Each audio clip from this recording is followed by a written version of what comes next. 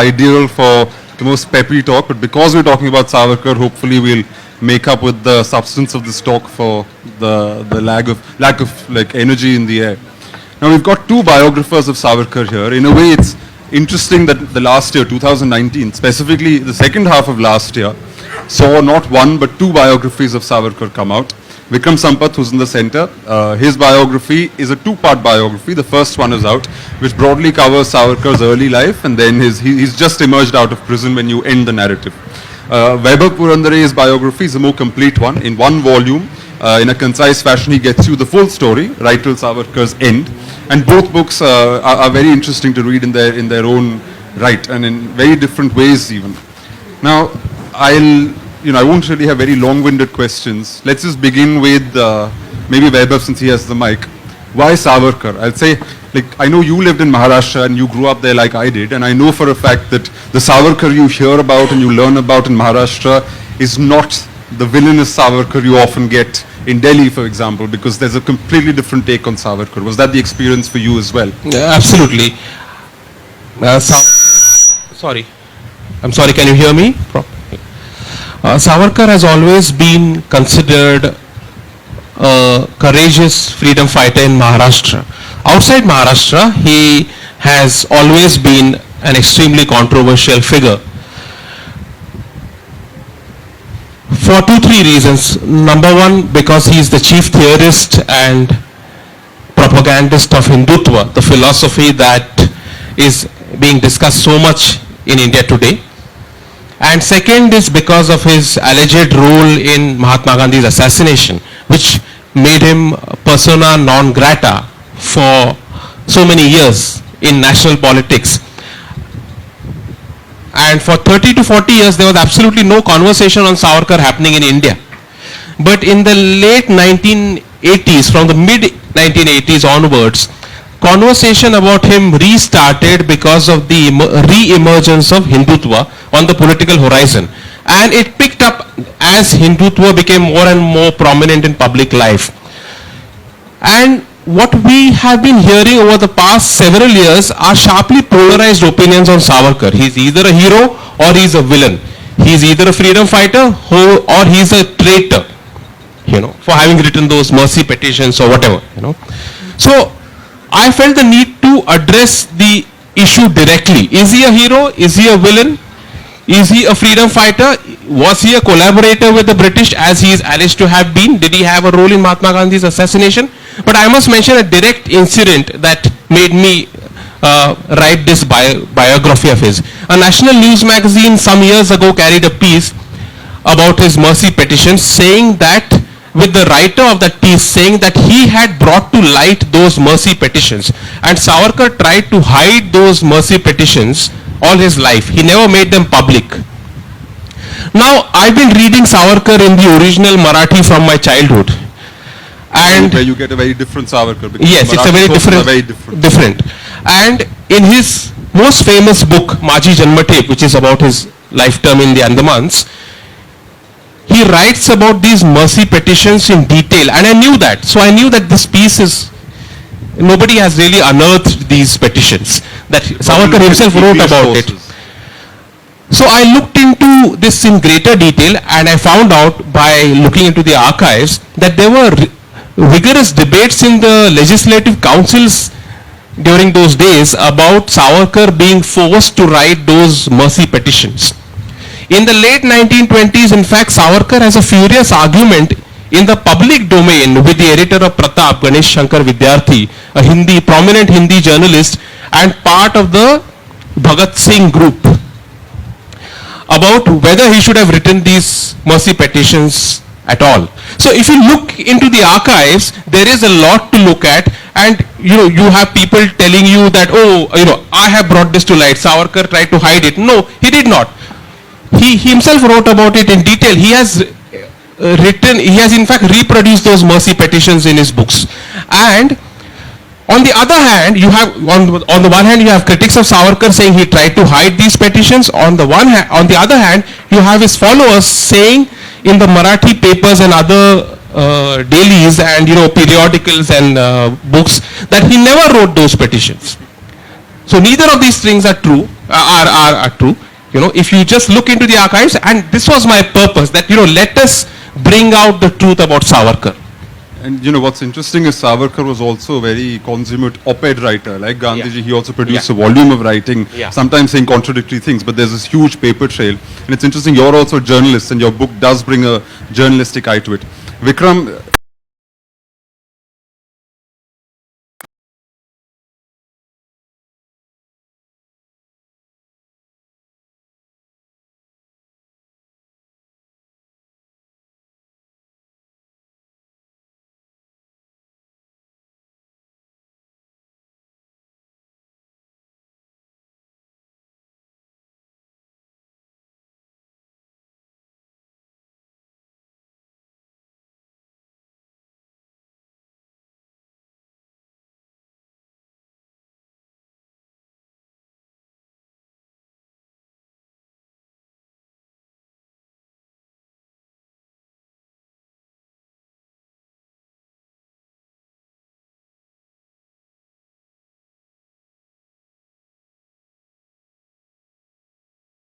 I seldom find a figure of the past, particularly of the freedom struggle, who probably intrudes our modern contemporary discourse, political discourse, as much as Savarkar does. As we speak, I think yesterday there was some, and every time I keep getting a lot of missed calls from television channels. I know that someone's spoken something against Savarkar in the political arena, because that night's debate can be then shaped around it. You had the Seva Dal pamphlet that came up, a week or 10 days back. You had Sanjay Raut saying something yesterday. You had this whole clamor in the run-up to the Maharashtra elections, whether or not you need to give him a Bharat Ratna. And this, trend of either eulogizing and more so of calumnizing him has been, I think, on the rise ever since 2004, with the whole Mani Shankar Iyer episode, where the plaque in his honor in the Kala Pani, where he was incarcerated for 11 years, was removed. And ever since whenever a character of history is either maligned or forgotten, that's when they catch my interest. It was Gauhar Jan there, who was forgotten, and she immediately captured my interest. And here was a person who 60 years after his death still polarizes opinions so much, for and against. And as an academic, as a historian, when I looked back, saying what is the last document that has been written on him, a comprehensive biography, the last biography written on him was way back in the 1960s by this man called Dhananjay Keer. And it alarms me, this lack of inquisitiveness, lack of academic interest in a person who polarizes so much opinion. And the blame rests equally, I think, both on the proponents as well as the opponents, who cherry pick whatever aspect of Savarkar's life to their advantage and then present it that way. So there's this famous quote of Toni Morrison, who says that if there is a book that you want to read and it's not been written yet, you must be the one to write it. And so that's one reason I decided to pick up this very difficult subject, a man of multiple contradictions, a revolutionary in his youth, who was also a sensitive poet, a narrator, a dramatist, and also somebody who probably suffered some of the most inhuman tortures in the cellular jail in Andamans, forms India's first secret society of armed revolutionaries, which was called the Mitra Mela, which then becomes Abhinav Bharat, and which creates like a network of revolutionaries across India. And this aspect of Savarkar was not known to me while I set off, that he could also be a revolutionary kingpin of the movement, not only in India, but in the 5 years that he spent in London, in the India House, where these very, very fascinating characters of the time, Shyamji Krishna Varma, Madam Bhikaji Kama, Virendranath Chattopadhyay, Madan Lal Dhingra, Lala Hardayal of the Gadar Party, MPT Acharya, VVS Iyer, Sukhsagar Dutt. Now these are all names which we don't even find a mention in our history textbooks. We were talking in the other session about history and how it's written. Our entire narrative of freedom struggle has been very, very, very simplistic, very linear, very monochromatic, that there was just a strain of non-violent struggle which got India her freedom. But I think right from the 1857 War of Independence, which is what actually Savarkar coined that phrase of first war of Indian independence, also wrote a book on it after 2 years of extensive research that he did in the British archives in London. From then on till 1946, the naval mutiny that you had in Bombay, which was led by INA and Subhash Chandra Bose, there's been a continuous and uninterrupted chain of armed struggle in different parts of India, and most of it was a lot coordinated, and that too at a time, when there was no WhatsApp groups and so on, where people could actually coordinate and find those connections. So Abhinav Bharat, sitting way back in Maharashtra, was deeply coordinating with the Anushilan Samiti in Bengal, and the Alipur bomb case, in the Maniktola bomb case, where Barin Ghosh and Aurobindo Ghosh and others were convicted. The same bomb manual which Savarkar got smuggled from London is sent to Nashik to murder the British official there, and also in Bengal. So this caucus of revolutionaries that was operating across India, I think these other stories, these other narratives of what exactly was happening in those very eventful days of India's freedom struggle, I think that needs to be told. And 70 years after freedom, I think the time has come when we can look at this aspect of our past in a little more dispassionate, unemotional and objective fashion. It's interesting that you say this, because even in other spheres, other scholars working on other topics really, there is an increased understanding of the revolutionary phase. Kim Wagner wrote a book on the Amritsar massacre, and he builds up, his entire build-up is about how the colonial state was always paranoid about revolutionaries and armed resistance. And in fact, this fear reached such a fever pitch really, that they ended up, Jallianwala Bagh was partly a response to that, because they just assumed they were imaginary enemies and that revolutionaries had some grand conspiracy and so on. But let's dial back from the revolutionary phase. Vaibhav, Savarkar's early childhood, his early years, his formative years, there's something to be said about a boy in his teens, etc., who starts rallying his friends around and creates what becomes a secret society and then goes on to become a large network. His community is interesting, because if you also study the sociology of the Chitpavan Brahmins, they were very much in power for a long time. They were the Peshwas of Pune. They were a very powerful community. Yes. And that fall from power, thanks to the British, following 1818, causes this real angst in the community, and you can almost sense as though a lot of that determination to stand up and fight back physically perhaps comes from that community's thing. So tell us a little bit about Savarkar's childhood, and then we'll come with Vikram to his early years when he's a revolutionary. The community of that Savarkar belongs to is extremely important, the community of Chitpavan Brahmins, because they are in many ways the pioneers of India's political revolution.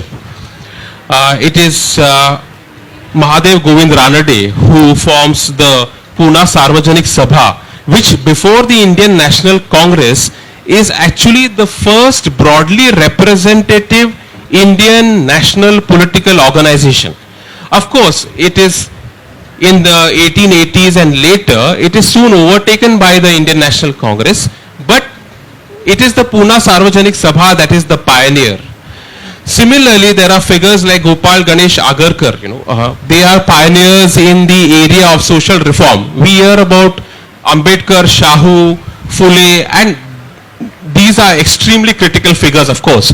But there is a parallel strain of social reform, spearheaded by the likes of Agarkar, who died very young at the age of 38. But one of India's most fervent, aggressive rationalists. If you were to read what he wrote at that time, many Hindus and even Muslims and Christians would find all of it extremely uncomfortable today, just as they would find Savarkar's views on Hindu religion and ritual uncomfortable today. So that is in a way a legacy of that tradition of social reform. So when Savarkar says that there's nothing wrong in eating beef, that the cow is an inferior animal, and what's the problem? You can have beef. So there is this tradition of reform that he in a way represents. Then there is the tradition of Lokmanya Tilak, which is of again the patriotic national freedom movement. Tilak being one of the pioneers, extremists, exactly, the leader of the extremists in the Indian National Congress. Now Gokhale, the leader of the moderate, is also a Chitpavan Brahmin. You see, so this is the legacy that, and this is what Savarkar is reading all through his childhood. He's reading Agarkar, he's reading Tilak, he's reading Gopal Krishna Gokhale, and his opinions are being formed. His father is also a fervent nationalist, though he's careful because, he does not want to antagonize the British authorities. And when Savarkar writes a poem in praise of the Chafekar brothers who've killed a British official during the plague years, because they invaded Indian homes and molested people, etc., etc. The father is extremely careful, and he tells him not to get into this business, because the British might pick him up. What is important for us is to note is, regardless of the controversies around Savarkar, Savarkar is one of the pioneering Indian nationalists in the pre-Gandhi period. He spoke of Purna Swaraj, or complete independence for India, at least 20 years before the Indian National Congress did. The Indian National Congress resolution came in 1929. Savarkar had been speaking about it from the first decade of the 20th century.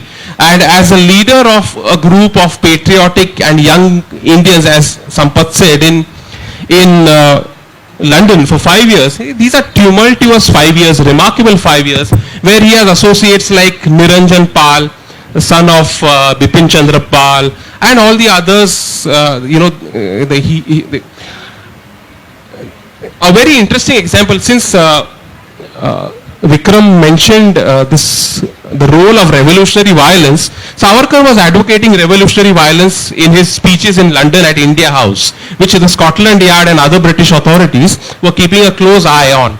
And Mahatma Gandhi visits London in 1909. He is a leader of South Africans of Indians in South Africa. And together they address a gathering of Indians. And Gandhi keeps his speech short and says that I'd like to wind up quickly because all of you have come here to listen to Savarkar. So he has that kind of prominence among Indian nationalists of that period. But when Gandhi leaves London for South Africa on the ship, he is uncomfortable with the idea of revolutionary violence too at the same time. And he writes his book Hind Swaraj, which makes an argument against revolutionary violence. To which again Savarkar responds by saying that we are not interested in violence for the sake of violence. We commit violent acts because constitutional methods have been completely denied to us. So there is this remarkable debate also about violent methods of revolution and non-violent methods of revolution, which starts at that time between these guys. The engagement of a young Savarkar with a relatively young Gandhi is actually a fascinating aspect which both of you touched upon. But Vikram, let's talk about his time in London. I mean, even before that, by the time he's come to study in Pune at Fergusson College, which is my alma mater, interestingly, he's already being tailed by intelligence officers. I mean, I had no idea when I was reading both your books that already by the age of 22, I think, there are actual intelligence officers attending this young boy's lectures in public, which meant he clearly had already earned a reputation, which is what he finally takes with him to London as well. Tell us about that phase and that segue into that London phase as well. So this whole idea of being associated with the revolution, and usually when we talk of revolution, we'll locate it in a Marxist paradigm, whereas in the case of Savarkar, he was deeply influenced by the Italian revolutionaries, Mazzini, Garibaldi and others, and the young Italy Translate the biography. Huh? He Yes, also yes. translate. So, and the young Italy that was formed by them, the parallels were very similar. In Italy too, there were all these princely states which came under Austria, and there were no arms that were there, so arms had to be smuggled, it had to be infiltrated. So the main philosophy of these secret organized societies that were formed, what was the philosophy on which they operated? So somehow smuggle arms from various quarters, learn the art of warfare, and infiltrate the British Indian Army. Now the entire edifice of the British Empire stood on the strength of the Indian Army, and that army was composed not of Britishers or Europeans but largely of Indians. Now if you could somehow appeal to their patriotic sentiments and say, after they are trained well enough in the art of warfare, to defect and come over to the nationalistic side, then the theory was then the entire edifice of the empire on which the sun never sets would actually come crumbling down. And that philosophy and that strain, I think, carried on right till the naval mutiny too, which was what it was. How do you infiltrate the Indian Navy and have an uprising there? And the same seeds of that were there even in 1857. So this Mitra Mela, which then becomes Abhinav Bharat, within a few years it has tentacles across Maharashtra, and as I said, linkages with revolutionaries across India. He becomes the first student in Fergusson College to also conduct a bonfire of foreign goods when the partition of Bengal happens in 1905, for which he is even rusticated from college. He then gets a scholarship to go and study in London by this man called Shyamji Krishna Verma, who's giving scholarships to Indian students. First of all, of course, to go and study, but those who have a nationalistic outlook, who would actually help the cause of revolution and freedom struggle sitting in Europe. And now Pillai writes his letter. Pillai actually gives a recommendation letter to Savarkar, and he wins the scholarship. Now, one must understand that within the first 2 decades of the 20th century, a lot of the action of Indian freedom struggle was happening outside India, particularly in Europe, because there the sedition laws were not as strong as they were in India. And so a lot of anti-government propaganda could easily be conducted in France, in Germany. Germany was, of course, being a big rival of Britain, would openly support any attempts to subvert the British Empire. So all these fascinating characters are sitting there in London, in India House, where Savarkar is literally the leader of the pack. And then 2 things that he does. One is also providing an intellectual corpus to the whole idea of what revolution means. Now, our history textbooks again show revolution and revolutionaries as, these stray incidents, some young men who are hot-blooded, they just threw a bomb here and there, killed somebody, there was no strategy, there was no thinking, and then they would be rounded up and executed. But the whole idea of philosophizing of what a revolution actually is, that is what this man does, sitting in London. The book that I mentioned, the 1857 war, and also the translation of Joseph Mazzini's biography. And all these are actually smuggled and brought back to India in a very fascinating way. You had these double barrel boxes, and the bottom of that, all these books and manuscripts would be hidden along with Browning pistols, bomb manuals and all of that, and the top there would be something else, and it would be wrapped up as Christmas presents and the Don Quixote papers or something, and then circumventing surveillance, customs. Across continents, the manuscript and the books would come to... The dust jackets of books were also changed, right? Yes. To make it look like fairy tales. Fairy tale books and all that, but inside you have these explosive material. So the British actually were so scared of this man that they had termed him as a D category or a dangerous criminal. And they, in fact, none less than Churchill writes that we want this book that he's written on 1857 should not reach India, and they put a Sea Customs Act on it. And despite that, this book comes. Incidentally, since we are in a literature festival, this book becomes the first book perhaps in the history of world literature which gets banned even before it is published. And this journey of how it gets published too is so fascinating. The manuscript is sent from London to Maharashtra to his elder brother Baba Rao in Sholapur. The spies are behind, the printing press is raided, then the manuscript goes back to London, from there it goes to Paris, there the Frenchmen are behind the manuscript, from there it goes to Germany. They think, they're the Devanagari script, the people know because of Indology. The book was in Marathi, but they make a mess of it, so it is withdrawn. Then it goes to Belgium and Holland, which is where the book finally gets published, and then it is translated to various Indian languages and brought back.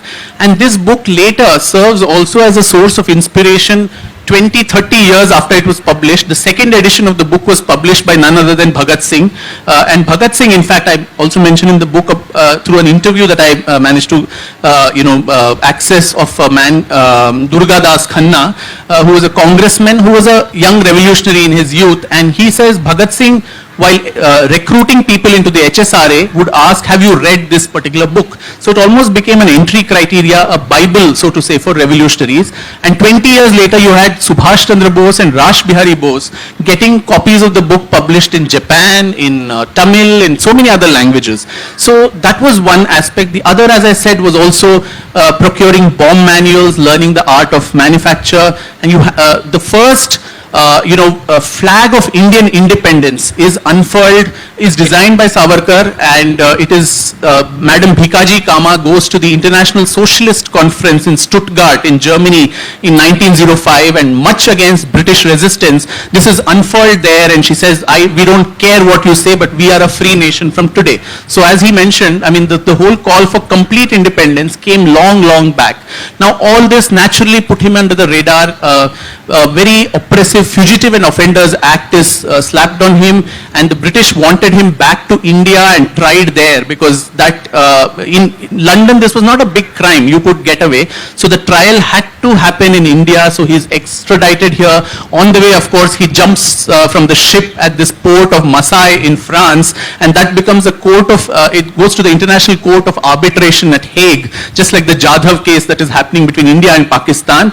Britain somehow managed to arm twist France, get this man, send him back to India. He's not given appeal, he's not given a jury, and the most harsh punishment of 2 life imprisonments, accounting to 50 long years, to a young man who's about 27, 28 then, is slapped on him, and he's sent away to the dungeons of Kalapani in cellular jail in Andaman.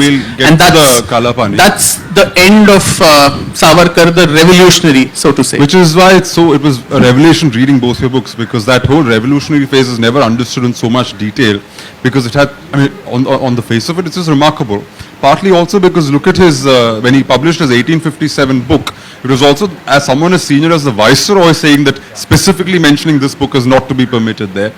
Who was one of its greatest critics, who gave it a glowing review? It was Jawaharlal Nehru who did it. So, can I say something about it? If since Rahul Gandhi has been saying a lot of things about Savarkar, if he takes a look, a rather close look and not a superficial look at the history of his family, he might find certain interesting things. So a very young Jawaharlal Nehru is studying in London in the first decade of the 20th century, and his father Motilal has told him, don't get involved with these revolutionaries at India House. Okay, you better study. And he sticks to his studies. But obviously he is influenced by various things as a curious young man, and he chances upon this book, which is available in London because it's a free country, but not available in India because we are slaves. So he reads this book and he writes to his father saying that this is a remarkable book, and this is the first Indian version of the 1857 revolt. And it is beautifully written, and Savarkar interestingly has used British sources to make the Indian case for freedom. So Nehru is also, he also analyzes the book. He says that, oh, his style of writing is a little flowery, but the content is solid. It just underlines the significance of Savarkar's work in the first phase of his life, when he was looked at as a heroic revolutionary. And if Rahul Gandhi were to indeed start reading some stuff, which is part of his family's archives, he may find such stuff. So it's in my book as well. I mean, we've reached that part of the discussion where we start naming politicians. So the next bit is going to be even more fun. So the prison phase is fascinating, because when I reviewed Vikram's book, I did write in that if Savarkar was actually sentenced to death and he had died in 1911 instead of being put away in prison, perhaps we would have celebrated him as Bhagat Singh, because if you look at his revolutionary credentials, at that phase he's, pretty much up there. Even when he's in prison, there are these remarkable things you guys reveal about how Gandhiji was writing op-eds in his favor, saying free the Savarkar brothers and so on, perhaps in a lukewarm fashion, but he was still more or less, with them in their suffering. Now, prison in both your books actually comes across, again, as this horrific experience, because neither Savarkar nor his brother are treated as political prisoners. They are treated as regular prisoners sentenced to hard labor in chains. I'd like both of you to sort of tell us not only about the physical experiences of prison, because I remember one statistics, I forget which book I read it in, but there's this one statistic about the drop in weight. This 27-year-old man who goes in at 63 kilos or something gets reduced to 42, 43 kilos, and that itself tells you that prison was not a space where he's sitting and reading books. I think the most basic of human facilities, denied to not only Savarkar, but there were almost about 100 political prisoners. And other accounts corroborate this. Yes, other accounts of Barin Ghosh, Ulaskar Dutt and others from Bengal who were housed there. So the basic human facilities, of food, of toilet, of hospital facilities were denied to these people. And it's so sad once again that we as a country don't have all this as part of our history training. The food that used to be served was largely uncooked, or it would have pieces of reptiles and snakes in it, and eating that, most of the prisoners would end up with diarrhea. Now, the prison rules was that you had only fixed timings to even go to the toilet, and if you are running diarrhea, what do? You need to visit often, and when that was denied, most of the prisoners would actually defecate in their cells, and you had to sit and sleep and eat everything in amidst that squalor. You were not even allowed pen and paper, and even Savarkar and others, with their nails, they would actually write, on the walls of the prison cell, and he writes about 6,000 lines of verses of Marathi poetry, Kamala, Saptarshi and several other poems, and just to spite him, you had this hell of a jailer called Barry who comes and whitewashes all the walls in front of him. Little did he know that this man had such an elephantine memory that he had committed all these verses and would later come out and actually get that published, and these become important milestones in Marathi literature. Now, even if you fell sick, there was no medical treatment allowed, and in that heat of Port Blair, all through the day, the most terrible punishment was this kolhu, the oil grinding mill, where usually you have a bullock yoked to it, but the prisoner would be yoked to that, and all day you had to go round and round and extract oil. 30 pounds of oil to be extracted at the end of the day, and that would be measured, and if you are even 1 ounce less than that, you would be whiplashed, you would not be given dinner, you had to wear those gunny sack prison clothes which would lead to skin rashes and bleeding, and that also would not be allowed. And even Savarkar was given solitary confinement for almost 6 months, where his cell actually faced the gallows. So every day all you saw was screaming men who were being taken away to be hanged. And many people, either committed suicide or, went insane. In fact, there was an entire asylum that was opened up in this place called Haddo Island in Port Blair, just to accommodate all these political prisoners who would lose their sanity. So that was the kind of treatment which went on for many years, and circumventing all of that, through hunger strikes, non-cooperation, which all these prisoners lead, this man actually ushers in an era of reform in the jail, where a library comes up. There's also a lot of teaching of languages. He says, I'll teach you Marathi and Gujarati. Some Bengali would teach Bengali to the others. Everyone is among the prisoners. We start teaching each other's languages, so that creates a sense of national integration and unity. So 11 years that he spends there, I think these are very, very graphically detailed in his own account, in his book Maji Janma Tape, or My Transportation for Life, and as you said, corroborated by all the other prisoners too who have written their memoirs. The corroboration is interesting, is important.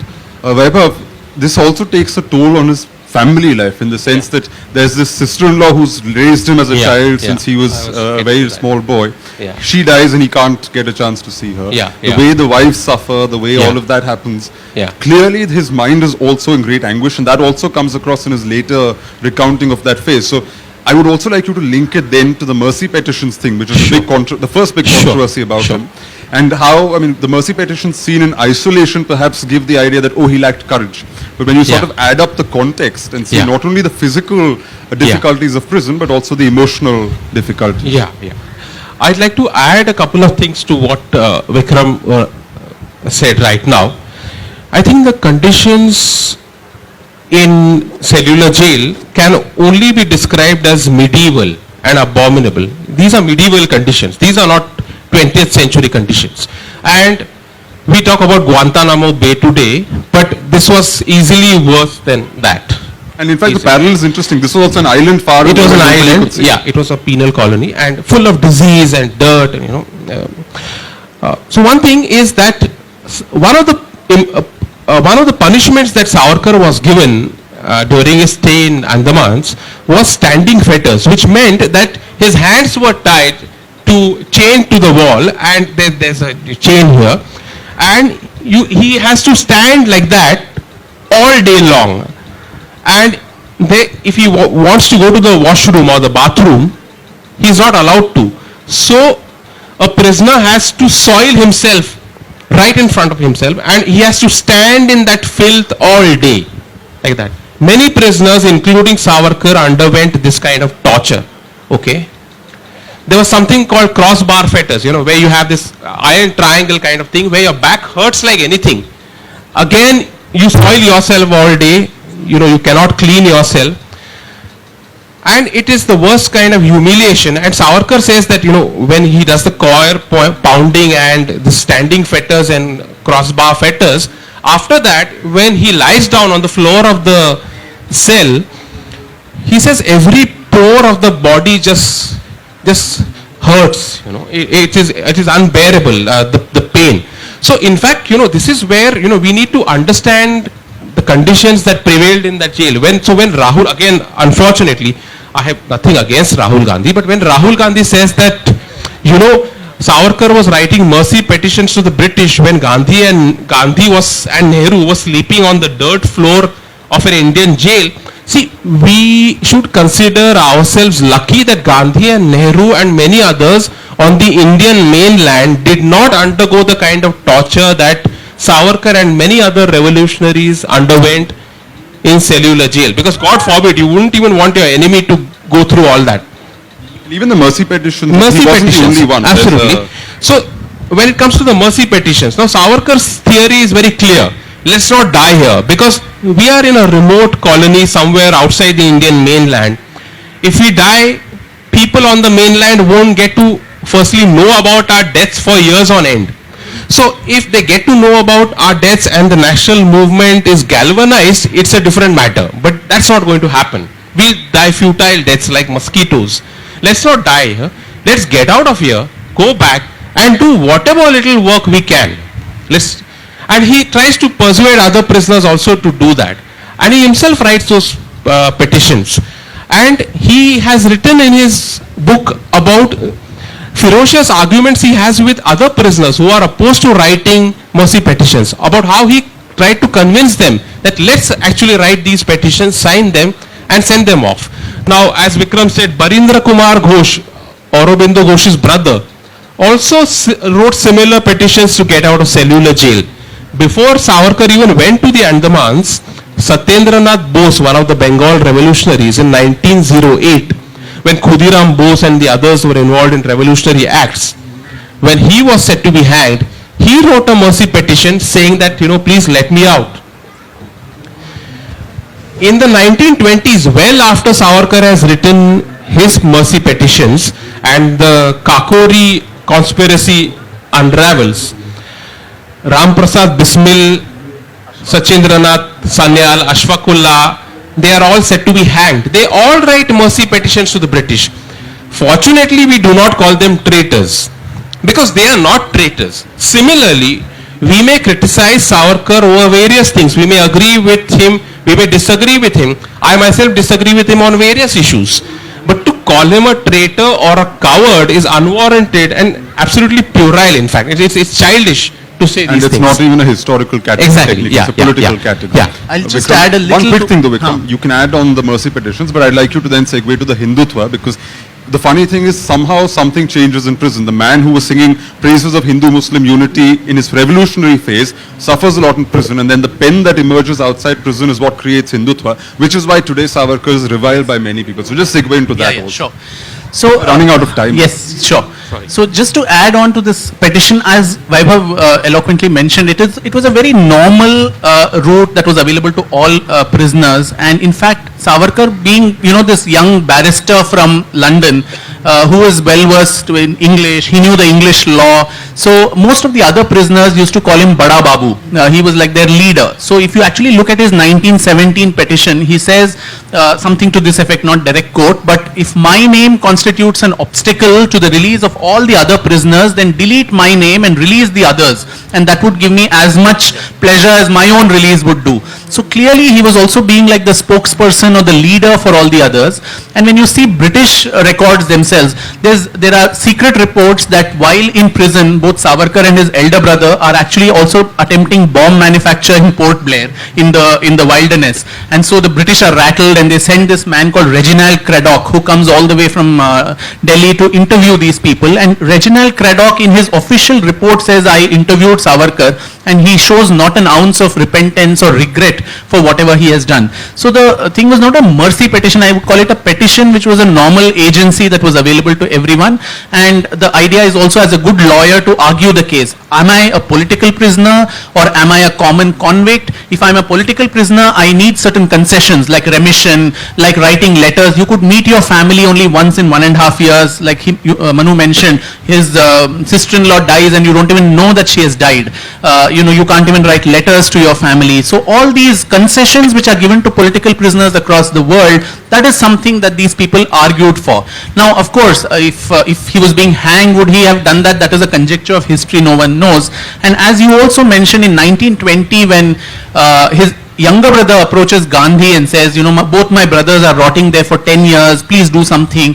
Gandhi himself advises Savarkar to write a petition saying this, now you have the constitutional process, the Montagu-Chelmsford reforms, so let them come into the mainstream, like how we do these days, rehabilitation of Naxals and all that, by bringing them into the mainstream. And in fact, Gandhi himself files a petition on their behalf. So if petitioning was such a bad word, then, that would not have been the norm. So I think that context is very important. Now let's talk about the Hindutva, and very quickly, yes. because so prison experiences, yes, and linking that. My two things which I think influenced him to become to pen this very thin volume called Essentials of Hindutva in 1923, when he was actually in the Ratnagiri prison. One was, of course, the treatment that was meted out to prisoners by the jamadars in the cellular jail, who are largely Muslim, and very easily it was with that kind of tortures that they were inflicted, to convert them in lieu of lesser punishment was very easy. So they say you just without conversion, without conviction of faith, just by eating some prohibited food or whatever. So then that was so easy, but then getting back into the fold if they wanted was just not allowed. That was one experience which he writes about, which scarred his influence there.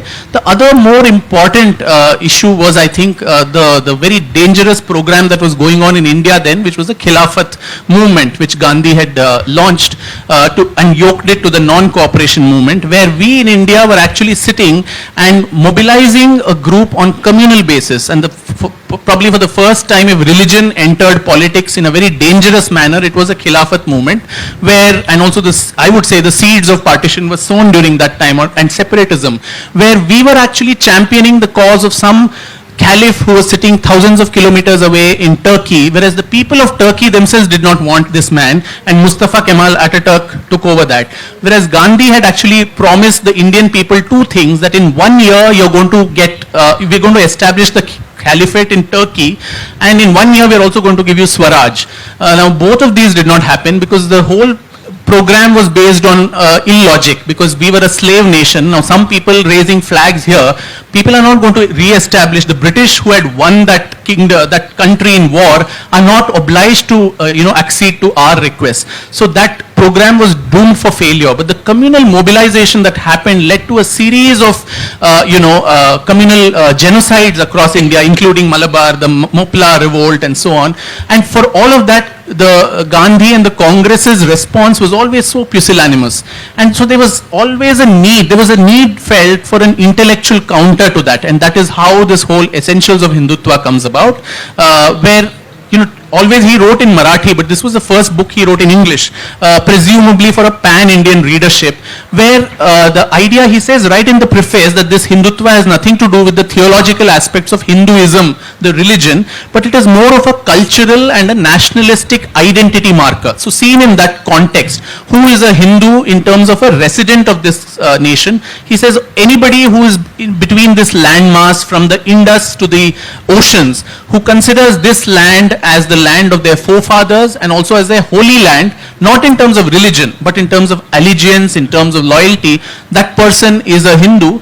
Again, you can be of any religion, so to say, but then this is more of a cultural and an identity marker. So that is how this whole idea of Hindutva comes about in prison and becomes what it becomes later. Mutates into something else. Now, Vaibhav, since you're the journalist, I'll throw the usual public domain question on the links of Hindutva and fascism, and where do you place Savarkar in that context? Because clearly, the books make it very clear the revolutionary was an interesting man. Yeah. Prison was not a cakewalk. It changed him for life. It changed his worldview. It changed his mentality. Everything. Yeah. It changed his physicality as well. Yeah. But then, where do you place Hindutva also in a time when fascism is emerging? There seems to be this admiration of that kind of method and that kind of sort of identity politics, as it were. You've got the Khilafat context. Of course. Undoubtedly, the Hindutva movement in India in the 1920s and 1930s and even the 40s is influenced by these Western fascist movements.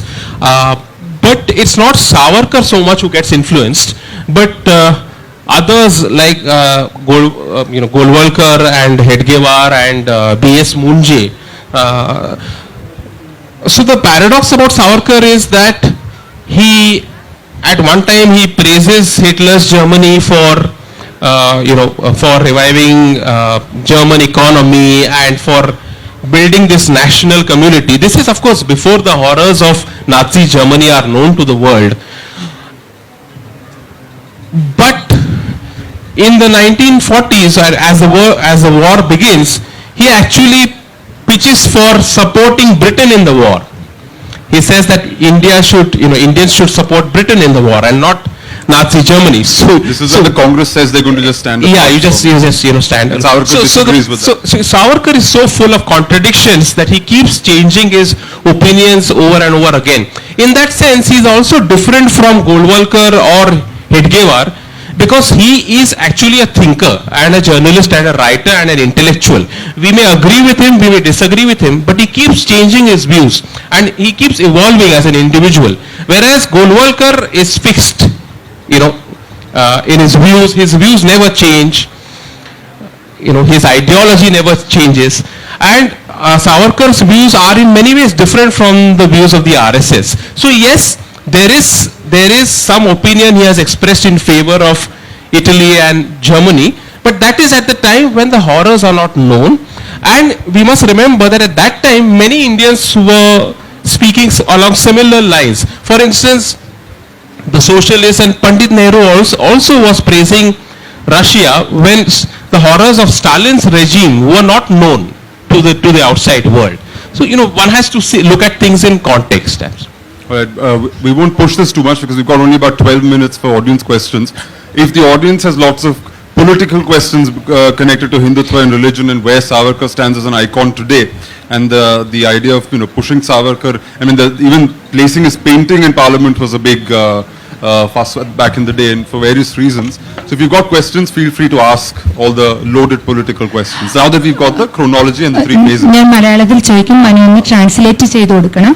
Actually ഈ session സവർക്കറെ വെള്ള പൂശാനുള്ള ഒരു സെഷനാണോ അതോ ഞങ്ങൾ ഇതുവരെ അറിഞ്ഞത് തെറ്റായ കഥകളായിരുന്നോ?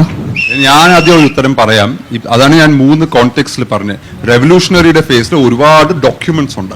ഒരു historian ഒരു മോറൽ ജഡ്ജ്മെന്റ് അല്ല ഇതിനകത്ത് ഇരിക്കുന്നത്. ഹിസ്റ്റോറിയൻ ചെയ്യുന്നത് ഡോക്യുമെന്റ്സിന്റെ തെളിവ് എന്താണ് പറഞ്ഞത്. അപ്പൊ റെവല്യൂഷണറി ഫേസ് 1, പ്രിസന്റെ ഫേസ് അദ്ദേഹത്തിന്റെ പുസ്തകമുണ്ട്, വേറെ കുറെ സോഴ്സസ് ഉണ്ട്, ബ്രിട്ടീഷിലെ ആ prison records ഉണ്ട്. അതിന്റെ ബേസിസിലാണ് ജഡ്ജ്മെന്റ് വരുന്നത്. Hindutva is where Savarkar becomes complicated. അവിടെയാണ് ഈ താലിയടിക്കലുടെ ഒരു പ്രശ്നം വരുന്നത്. ദാറ്റ് ഇസ് ഡെഫിനറ്റ്ലി നമുക്കൊക്കെ അറിയാവുന്ന ഒരു പ്രശ്നം തന്നെയാണ്. പക്ഷെ when you are looking at the chronology of a person's life, ആദ്യത്തെ ഫേസിലെ മനുഷ്യനല്ല മാത്രം, പിന്നീട് our philosophy undakiyathu. Now I'll translate for you. She was asking whether this session was to whitewash Savarkar or to I don't know, really discuss his pros and cons or whatever. I don't think there is a need to whitewash or eulogize. I think, as I said right at the beginning, even if you want to hate someone, please do that after reading about that person. If there is no book that is written about a person for 60 long years in a country where every year there is a book that is written on Gandhi and Nehru, and rightly so, doesn't it amaze you the lack of intellectual freedom or inquisitiveness? We hate an object so much, but then anybody who's associated with that becomes persona non grata. None less than someone like a Hridayanath Mangeshkar, the brother of Lata Mangeshkar, because these people were the ones who resurrected some of the poetry of Savarkar. He was also a great poet. Jayostute, that is that famous song, Sagara Pran Tadmalala, all these were put into tune, and actually he was in All India Radio. For doing that, Hridayanath Mangeshkar actually loses his job. So this level of the famous word today in India of intolerance, I think with intolerance, you cannot evaluate any kind of historical figure. So if you really want to hate the person, please do that by all means. But then putting these gatekeepers saying we are not even going to discuss this person because this is an untouchable, I think that is extremely problematic for a thinking society. In the West, people hate Hitler, people hate the Nazi party and what all the Holocaust horrors, but thousands and thousands of books are written about that, so that's how the mind, I think, germinates. Whereas in this country, we are sadly the kind where we make political untouchables of people, and so anybody who evaluates that is also tagged by all these labels saying, you are either whitewashing or you're eulogizing, with just stating facts. If there are counter facts to this, kindly produce that, and the answer to a good book should be another better book. No, I think our idea is to have a conversation on the subject. For 50 years, we just didn't have a conversation on Savarkar. Of course, you can criticize him, you can hate him, and there is no question of whitewashing him for the simple reason he is just too controversial a political figure. He cannot be whitewashed. He was controversial during his lifetime. He has been controversial, in contemporary India, and he will continue to be controversial because of his espousal of Hindutva, because of his arrest in the Gandhi assassination case. So there can be arguments made that, he was the brain behind Gandhi's assassination. There may be arguments that he was not involved there. But our simple argument is, let's have a conversation. And it's a good conversation to have, I think. So, and let's, Another question. Let me talk about the book by Vaibhav sir. Two instances I would like to point out. One is about Savarkar as a champion.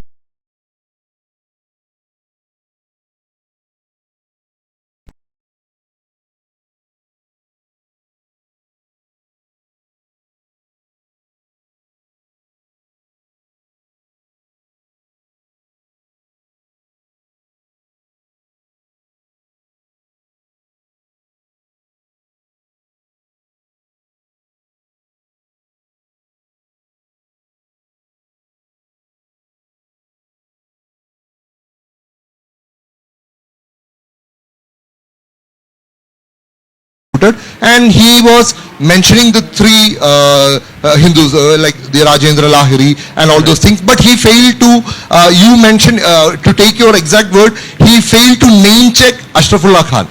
Can't that be, maybe for you that could be an apology for Savarkar, but taken from a different standpoint, it could be showing a kind of a communal aspect of him, where he was actually masking the Muslims, which is actually happening even now.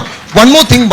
Yeah. You extended to say that even the people who were in the Kakori case, they had also written the petition. Yeah. Good. Yeah. Bless their soul, but they were hanged. But Savarkar, he got released. That's the difference. That's a major difference. Yeah. And if you take up the further of his life, we find that he stick to his word, and he was not part of any movement that was there, but he kept his word to the British government. And one more name one more. Yeah. Just one more name to Vikram sir. It's about the usual name that comes up with Savarkar is the name of Chitragupta and his book, The Life of Barrister Savarkar. So if you could talk about that also, it would be great. Yeah. Firstly, I'm grateful to you for having read my book. Like you correctly said, let me get to the Ashfaqullah Khan bit first. Like you correctly said, I have stated in my book that he did not mention Ashfaqullah Khan in that thing. I don't see how you see me as an apologist because of that, because actually I am pointing out that he is not named a Muslim as a martyr. Okay. Yeah, so that he failed to name check Ashfaqullah Khan, which is a way of saying he has not mentioned Ashfaqullah Khan. So actually what I am saying is he has not mentioned him because he is a Muslim. What he's saying is what you're saying. Exactly. So, no, because he is interpreting it as an apology, which it isn't. Second, your point about Dalits, which is that, wasn't it for Hindu consolidation? Of course, if you look at my book and my chapter on the caste, the anti-caste fight, where I talk about Savarkar's anti-caste ideas and Ambedkar's anti-caste ideas. I have stated very clearly that there is a difference. They both want to eliminate caste, but Savarkar has two reasons for eliminating caste. First, of course, he does not believe in inequality and all that. He says they should not be looked at as subhuman, which is perhaps Agarkar's legacy coming down to him, and Shahu Maharaj's legacy. At the same time, because he sees it as an obstacle to Hindu unity and consolidation. I have specifically said this. Ambedkar has absolutely no interest in Hindu unity. I have specifically said that also. So though they are both anti-caste reformers in the real sense of the term, Savarkar goes in one direction of Hindu consolidation and Ambedkar goes in another direction of rejecting Hinduism. When he says in 1935 that I have been born a Hindu, but I will not die a Hindu. So my friend, I have stated this in clear terms there. And there was a third thing you mentioned, right? Kakori case. Yeah, so they were hanged and this guy was not hanged. But when you are writing your mercy petitions, my simple point is this. Forget about strategy. This was a strategy to get out. That is his theory. Okay, if you believe in him, you may reject his theory. My simple point is this, that a testament given under conditions of torture cannot be seen as the genuine testament of a prisoner. That's my simple point. You also made one more point about Savarkar not joining anything after he was released. Their books talk about the conditions that were placed on his release. He was not supposed to go out of Ratnagiri district. He had to take special permission to go for something in Bombay, a wedding or a funeral Even or something. So he wasn't permitted. But you're right, true, but he had just come out of prison. So that's the context in which they speak, the Chitragupta thing. Yeah, so before that, in terms of not doing anything, one, of course, logic just, dictates that if you're my collaborator and, you're working in tandem with me, why would I put you under surveillance and house arrest for the longest period of time? So the conditions that were put on him for release was 5 years. You're going to abstain from politics and you're going to be confined to Ratnagiri. Even when plague hits there, he's not allowed to go. Now, by then, if you have turned into my collaborator, I would actually reduce this term from 5 years to 3 years. Instead, it is increased from 5 to 13. What was initially 5. So that clearly shows that even after that, the British somewhere did not trust him. So something was happening undercover, and most of the revolutionary activities, you don't even get documentation. So there are records of how even Subhash Chandra Bose actually met him before leaving India. And in this Azad Hind radio, an address in 1945, he clearly mentions, and Rash Bihari Bose in 1939, he writes a paper in Japanese called Dai Ajia Shugi, in which he calls Savarkar as the rising leader of New India. and this man is the founder of the INA. And so what was Netaji's address, where he says that while most of the congressmen are deriding the Indian soldiers who are entering the British Indian Army as mercenaries, it's only him who has understood that he's enlisting a lot of youngsters into the army, and the thing that I mentioned, and they are defecting and coming into the INA, and that is how we are swelling our ranks. So indirectly, was he helping these people? That is something which we'll need to investigate. Now, this whole Chitragupta thing, this book was written in 1926 under a pseudonym, and for the longest time, as long as Savarkar was born, the unwritten understanding of everyone, the book was also published from Madras, so was that this was actually penned by Rajagopalachari, with whom the family had very close links, and Rajaji in many letters actually has very laudatory things to say about him. So for the longest period of time, it was understood that Rajaji was the author of that book. It is only in the 1980 or 85 edition, I'm not sure, where there is this insinuation that is put that the author is actually Savarkar himself, who's writing laudatory terms about himself in his book. So without any corroboration, any evidence, because for the longest period of time when someone is writing it under the nom de plume, as you assume that's the author, we really don't know what the truth of that matter is. But the book continued to be published from Madras, and old-timers do think still that it was Rajaji who wrote it. Okay, we are running out of time and getting multiple people on two sides telling me to stop. One quick thing in Malayalam, isn't ഉദ്ദേശം നമ്മളെയൊക്കെ സാവർക്കറൈറ്റ്സ് ആക്കാനല്ല, പക്ഷെ അതിനെ fight ചെയ്യണമെങ്കിലും അതിന്റെ facts of the matter അറിഞ്ഞിരിക്കണം. That's the only way you can answer it properly. And if you read the footnotes in the book, you'll see the source material is extremely short. Very quick, and then they can reply very quick. I respect your comment being saying that okay, a conversation should be made. But sir, the conversation has a small problem, that the entire conversation was made supporting and justifying a context for the Savarkar and never being on the okay. I'll give a small point. We were like saying he entered the Andaman as a revolutionary, but during that time, no, not a single mention was done like on your conversations where there itself like he turned to a Hindustic person like and was against the other religious the prisoners over there.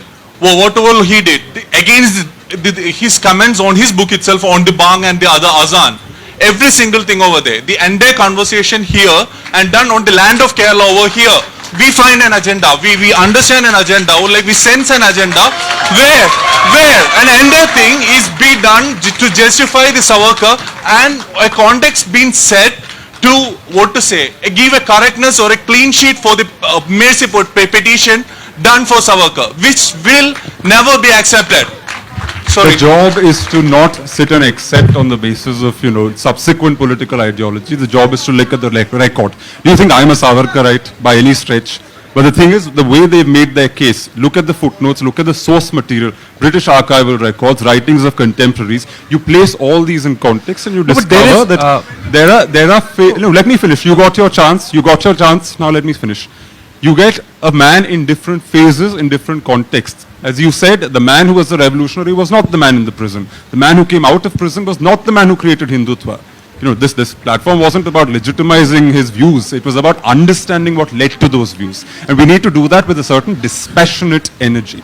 We need to do that by stepping back an inch. If you want to fight something, you need to know what you're fighting. You need to know the mind of the man who made that ideology that you want to stand up and fight, right? What happened inside that man? What was his own self-image? What was his own narrative? That needs to be investigated. Which is why, not even like having a conversation is a bad thing. The idea is to see both men here have written these books on Savarkar. It is not a worthless enterprise to try and understand where they're coming from, what they've uncovered, what the archives have spoken to them about, and trying to then see how we're going to respond to that. So you're welcome to do a rejoinder, but place these facts on the record and then accordingly construct your own rejoinder. Manu, if I may add, it was made clear in unambiguous terms by both of us that Savarkar undergoes a radical ideological transformation at Kalapani when he encounters things like forced conversions. The Bang is something you mentioned. If we were to get into excruciating detail, then we would have to really speak for a very long period. So we have touched upon that thing. Of course, the transformation happens in cellular jail. There's no doubt about it.